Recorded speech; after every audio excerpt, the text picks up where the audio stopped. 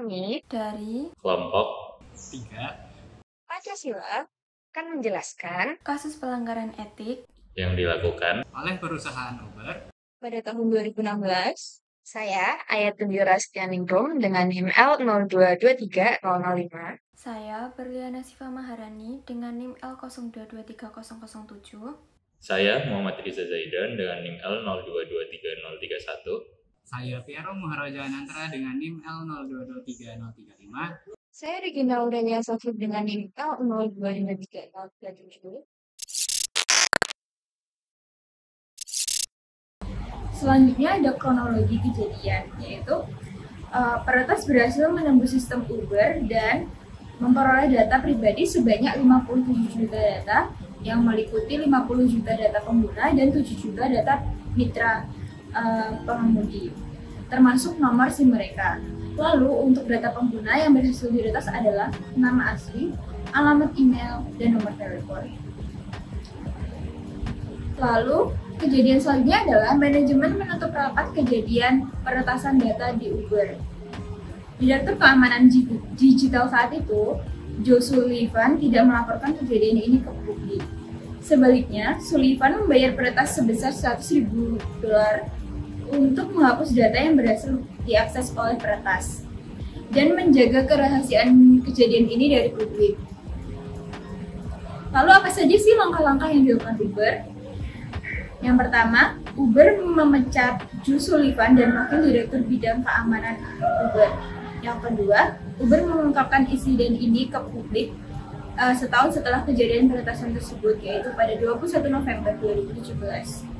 Yang ketiga, CEO baru Uber, yaitu Dara, menyatakan bahwa Uber telah mengamankan data yang diretas dan memastikan perlindungan berlapis untuk mencegah peretasan terjadi lagi. Yang selanjutnya, Uber merekrut Matt Olsen, yaitu mantan Direktur Pusat Kontraterorisme Nasional Amerika Serikat sebagai penasihat keamanan siber. Dan yang terakhir, Uber juga menyewa Mandiant, yaitu perusahaan keamanan siber untuk memperketat perlindungan data dan sistem Uber. Lalu konsekuensi yang dihadapi Uber akibat menutupi kejadian peretasan tersebut. Peretasan ini terjadi di masa kepemimpinan mantan CEO, yaitu Travis Kalanick. Uber juga sedang dalam proses membayar denda kepada FTC karena dianggap lalai dalam perlindungan data pengguna.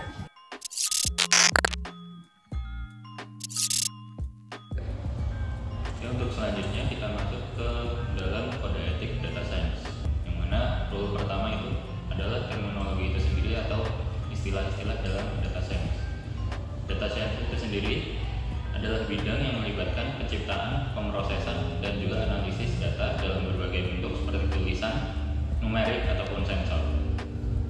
Dalam data science juga menggunakan metode ilmiah seperti machine learning, statistik, dan algoritma untuk mengolah data dalam skala besar atau biasa kita sebut dengan big data. Lalu, data juga memiliki karakteristik yaitu volume, kecepatan, varietas, dan kualitas. Lalu ada juga istilah pendekatan berpikir, yaitu ada Thalassian yang berfokus pada exposure terhadap resiko dan keuntungan. Dan juga ada Aristotelian yang mengedepankan logika benar dan juga salah. Ada juga ekstremistan dan mediokristan, yang mana ini adalah konsep distribusi. Dengan ekstremistan menekankan dampak pengamatan ekstrim, dan mediokristan adalah dampak yang lebih stabil. Dan selain itu masih banyak istilah-istilah lain yang ada dalam data science. Rule yang kedua yaitu competence atau kompetensi, di mana data science harus memberikan layanan yang kompeten, memerlukan pengetahuan, keterampilan, penelitian, dan juga persiapan yang sesuai dengan kebutuhan layanan. Lalu ada rule ketiga yaitu scope of service atau lingkup layanan itu sendiri. Data scientist harus mengikuti keputusan klien tentang tujuan layanan dan berkonsultasi mengenai cara pencapaiannya. Lalu ada rule yang keempat yaitu komunikasi with clients atau komunikasi dengan klien itu sendiri. Di mana di sini data science harus berkomunikasi dengan klien tentang mencapai tujuannya, terus bertindak dengan teliti dan tepat waktu, lalu menjaga klien, mendapat informasi tentang status layanannya, lalu segera memenuhi permintaan informasi. Selanjutnya membahas risiko yang nyata atau tersembunyi yang ada dalam hasil analisis data science. Lalu data science juga harus menginformasikan batas layanan ketika klien mengharapkan bantuan yang tidak diinginkan.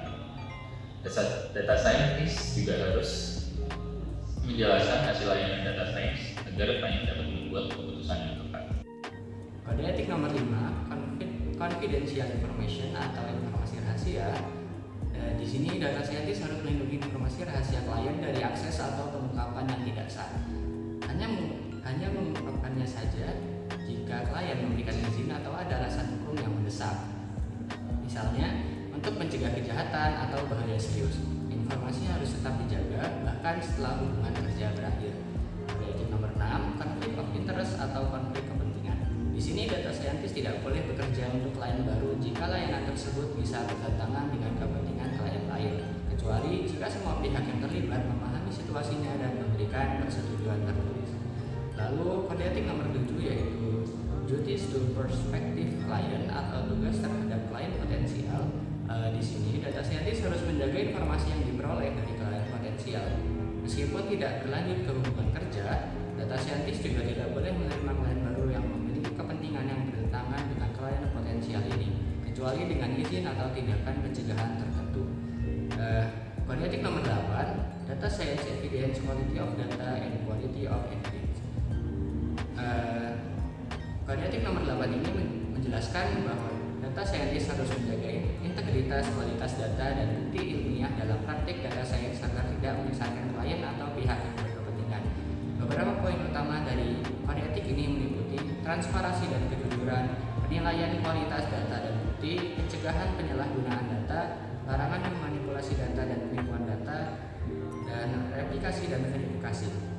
Kode etik ini menekankan pentingnya bertindak secara bertanggung jawab dalam menyediakan dan menyajikan data dan bukti ilmiah, sehingga keputusan yang diambil berdasarkan data tersebut bisa dipercaya dan akurat.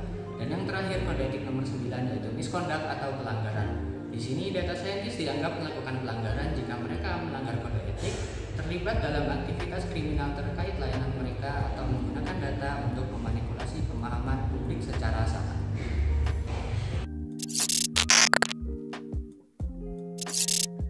Mengacu pada Kode Etik Data Science Association, kasus kebocoran data Uber 2016 ini telah melanggar Rule 5, yaitu confidential information atau informasi rahasia.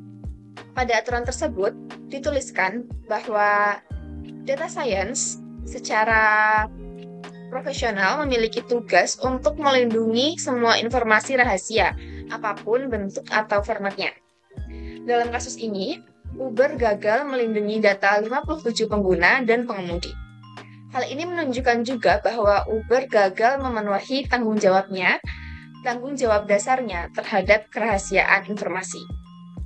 Selain aturan nomor 5, Uber juga melanggar aturan nomor 9, yaitu misconduct atau pelanggaran. Tertulis bahwa merupakan pelanggaran profesional bagi seorang data science secara sadar, poin C, terlibat dalam ilmu data yang melibatkan ketidakjujuran, penipuan, tipu daya, atau kesalahan penyajian. Dalam hal ini, Uber tidak jujur dan tidak transparan terhadap pelanggan mengenai kebocoran data, dan Uber malah memilih untuk menutupi insiden tersebut dengan membayar peretas. Tindakan ini tentunya menipu pengguna mengenai keamanan data mereka. Selanjutnya, ada solusi dan opini dari kelompok kami. Kasus Uber tahun 2016 menunjukkan pentingnya transparansi, keamanan, dan tanggung jawab perusahaan terhadap data pengguna. Berikut ini solusi yang dapat diterapkan. Yang pertama yaitu transparansi perusahaan. Laporan pelanggaran data secara terbuka dan segera bangun kepercayaan publik serta tunjukkan tanggung jawab sosial perusahaan. Yang kedua, ada regulasi perlindungan data. Adanya regulasi wajib lapor pelanggaran data seperti GDPR di Eropa untuk mencegah penutupan insiden. Yang ketiga, ada keamanan data. Investasi pada teknologi keamanan seperti enkripsi dan autentikasi multifaktor untuk mencegah kebocoran data. Yang keempat, ada perlindungan pengguna. tawaran layanan perlindungan identitas atau pemantauan kredit bagi pengguna terdampak untuk mencegah penyalahgunaan. Yang kelima yaitu sanksi tegas, memberikan hukuman bagi pihak yang menutupi pelanggaran untuk mencegah tindakan serupa. Yang keenam yaitu budaya etika, ciptakan budaya transparan dan etis dalam pengelolaan data. Kemudian, yang kedua yaitu ada opini atau pendapat dari kelompok kami.